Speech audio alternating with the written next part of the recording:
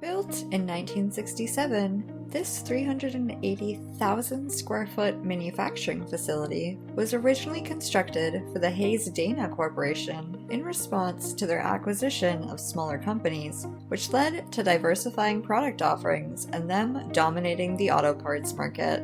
The lot was ideal for transporting goods, located next to the Welland Canal, and had the benefit of being on a rail line. Upon opening, the factory produced car frames for companies like Ford. In 1977, Tim Lambert, union rep for Hayes-Dana Corporation, made Canadian history as the first father and son duo representing at the UAW convention. His father was the union rep for Ford Motors. In 1985, the company went to court over a human rights violation, and it was once the most cited age discrimination cases in Canada. Al McKee had built a fantastic work record over his 32 years at Hayes-Dana.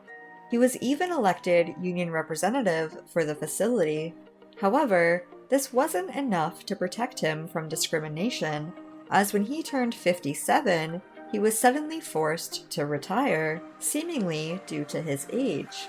He fought his case at the Human Rights Tribunal and won. Hayes-Dana began to struggle financially by the turn of the century, shedding over 500 Canadian employees in the early 2000s. They filed for bankruptcy protection in March of 2006, quickly followed by an announcement that the Thorold facility would be closing in 2007, with plans to fully decommission the site by 2008. At the time of the closure, there were approximately 190 employees.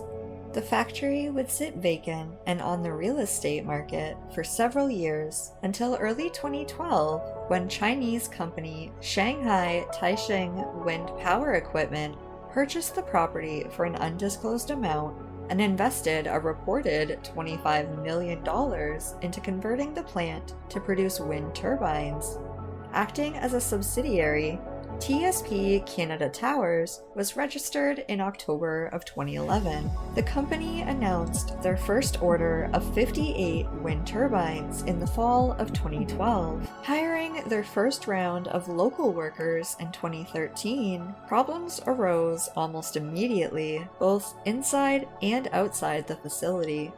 Inside the plant, safety concerns made news headlines that year when an employee was crushed between two turbine towers being moved along a line, suffering life-altering injuries. The company pled guilty for not having a proper lockout system and was fined $80,000 for that incident. Outside the facility, neighbors complained about the oversized load truck traffic going through school zones, potentially endangering children and pedestrians.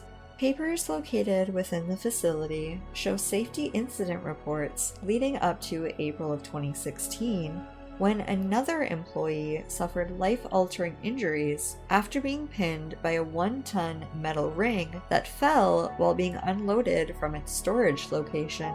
The company admitted not having proper safety procedures in place and was fined $75,000. Their corporation registration expired in September of that year. For 6 years, there was no official statement regarding the closure, but operations ceased sometime in 2016, and the factory was vacated with all the equipment left inside. TSP continued to hold the property title, but even the website of their parent company went silent. Between 2017 and 2021, the property was subjected to several environmental studies where concerns regarding harmful chemicals leaching into the groundwater were raised. On September 5th of 2020, a major fire occurred within the office portion of the factory. Firefighters put up a defensive fight and returned the next day to put out hotspots that had reignited. The fire was labeled suspicious, but no charges were ever laid. The property was listed on the real estate market in 2020 for $18 million. A 3D virtual tour was produced, but the site has seen significant vandalism since then, and it looks very different today. TSP allegedly found a buyer in the summer of 2022. Stockholder disclosure statement was released in August of 2022 by Shanghai Taisheng Wind Energy Equipment, stating the Thorold Factory closed due to a lack of international business knowledge, a lack of demand for their products, and a lack of financial support.